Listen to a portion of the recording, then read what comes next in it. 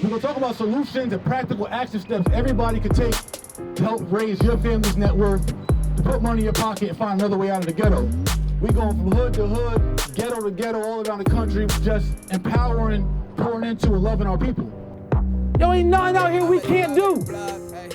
No excuses, just results. That's why I'm here in the corner. I'm a hustler. Real estate is my inventory, my product. Now I have other products and services and products, right? I'm a businessman. So what I learned in this process, though, in regards to building my real estate portfolio and understanding why I prioritize real estate, what I want to give you guys today is why real estate should be a priority to us as a family, as an individual, as a community. So what I learned was, and I talked about it a little bit, let's talk about what's the benefits to us owning real estate. Why should we? Somebody tell me, why should we? Okay. An asset, family wealth, legacy. What else? All right, appreciation we talked about a little bit. So appreciation is when something goes up in value. When an asset goes up in value, it appreciates. Similar to how the house we appreciated for $100,000 in 3 years just by living here. Roberta told about our first property appreciated that hurt nearly over $250,000. So appreciation is a cousin to what's called equity. Equity is the difference between what you owe on a property and what it's worth. So we bought that property for $100,000, but now it's worth $189,000. How much equity do we have? $89,000.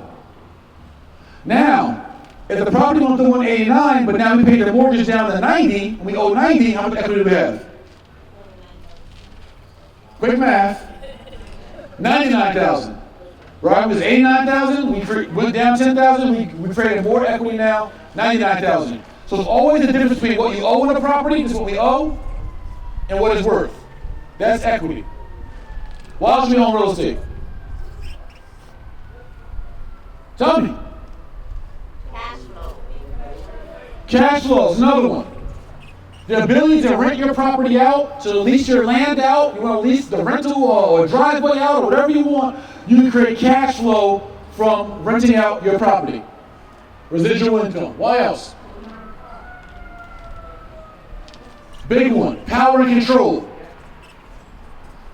What we don't realize when you own real estate, not only do you own the building, the asset, but you also own the mineral rights below the real estate, the land, and anything in the land. Agriculture, fruits, diamonds, gas, gold, diamonds, you own that.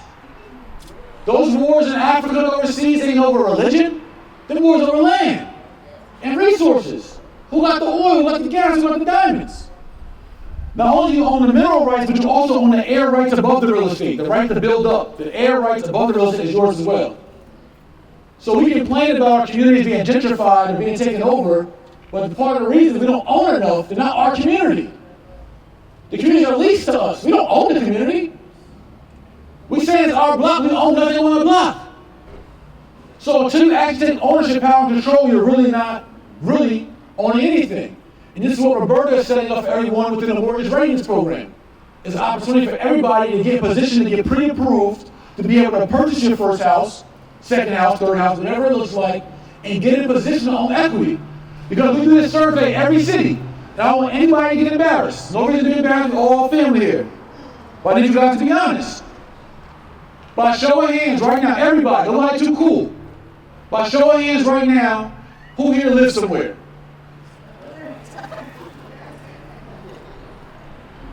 That's everybody.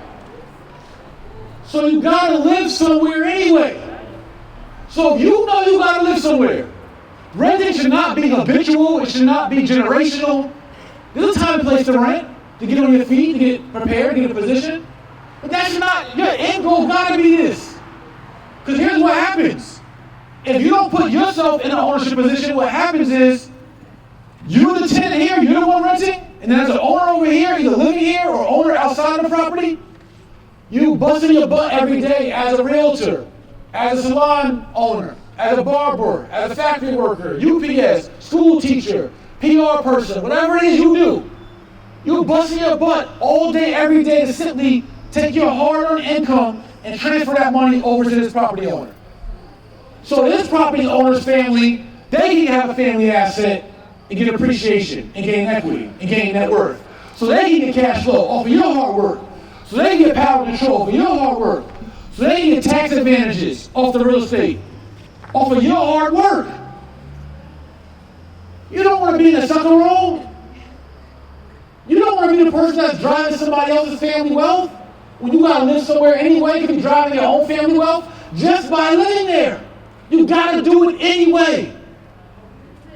So what we say is that it's not about being a landlord, but being a lord of your land. You take the word landlord, we thought, oh, I pay my landlord this, my landlord that. What are you saying for real? That's the big homie. That's the shot caller. That's the lord of the land. You want to be in that position. Just not for you, but for your family. Because you got to live somewhere anyway, fool. So you might as well. Or you worry about, oh, well, if I buy a property, what happened if the roof leak? What happened if the faucet leak? Yeah, you got to take care of it. Or you can rent and let master take care of you. You keep paying rent, let master take care of you. You should worry about a leaking roof. What happens in your car when your transmission go? When your alternator go? When your tire get flat? You don't stop buying cars? You ain't worry about it then, you figure it out. Stop making excuses and treating home ownership and land ownership like it's too big for you and too big for us. It's not too big for us. So you got the MRP program that'll walk you through the steps of doing it if you don't know how to do it. And so here is some of the first steps and some tricks and secrets to how you can afford to buy this real estate. And I'm going to breeze through it. So one is the pre-approval process, right? Getting pre-approved. And that's what MRP will help you do. That's its whole focus. Outside of getting pre-approved is like getting a diagnosis. It's walking into a mortgage company, into a counselor and saying, look, this is my situation. See, we count ourselves out. You're like, oh, my credit ain't good enough. I ain't doing that. Man, I don't make enough. Man, I got that bankruptcy from old folks in 2013. You start making yourself up in your head like you're the financial expert. If you're the financial expert, you'll be in a position right now. So instead, what you do is when we teach in Lord of My Land in my book, what I talk about, the first chapter, my book is called 5 Steps to Homeownership. The first step to homeownership is fighting the fear. Get out of your own damn way. Get out your own way. Lay it all out there on the line. This is my situation. And then someone can tell you, here's where you're weak. Let's improve this. Here's how you improve it. Here's where you're strong. Be good there. Maintain it. Don't mess it up. And you simply work backwards. You reverse engineer. Wherever you're trying to go, you lay it out there, you look at the situation, and then you walk into it. That's how I treat every business, everything. I never look at my current circumstance. It's never that I can, it's always how can I. I look at every equation as how can I. I can't go this way, well how can I go this way? It's always a how can I. So anyway, pre-approval. Also understanding low down payments. We often talk about how we can't afford properties, but right now, even if it's not FHA or VA, there's conventional loans that have down payments down to 3%. Wells Fargo being one of them. That means for a $100,000 house, you only got to put down $3,000. For a $200,000 house, $6,000. For a $300,000 house, $9,000. So you got people saying, oh, I can't afford $3,000, I can't afford $6,000. First month's rent, security deposit. But you got first month rent, security deposit. You got happy hour every day after work. You calling the weed man every day getting a dub. You spend $20 a day in a bag of weed, that's $600 a month, $7,200 a year. $7,200 a year, $20 a day. But your kid got a $300 belt on, $200 sneakers on. But they got no family wealth. Where the typical median wealth of a black household in America or African household in America is $9,000. Typical median family wealth. Where the typical median family wealth of a European American white household is over $111,000. Now, yeah, they got a crazy 450-year head start, we get it. But we're not doing what we're supposed to do for ourselves either, though. There has to be a strong level of self-accountability, self-responsibility, self-sacrifice, self-discipline. for us to catch up and bridge that wealth gap. I think the class was excellent. This is my second time meeting him, and it gets better and better every time. I suggest if you're paying attention to this, you get involved because young Malcolm and young Betty, man. Yeah, it's life-changing, man. Life-changing. First Wall Street was Black Wall Street that got mysteriously burned down. Oh, they say I'm not the average black girl. Well, let's flip the script and rewind this shit and repaint the lines that have been blurred over time, because the average black girl that I know made 19 trips through the Underground Railroad to free the slaves.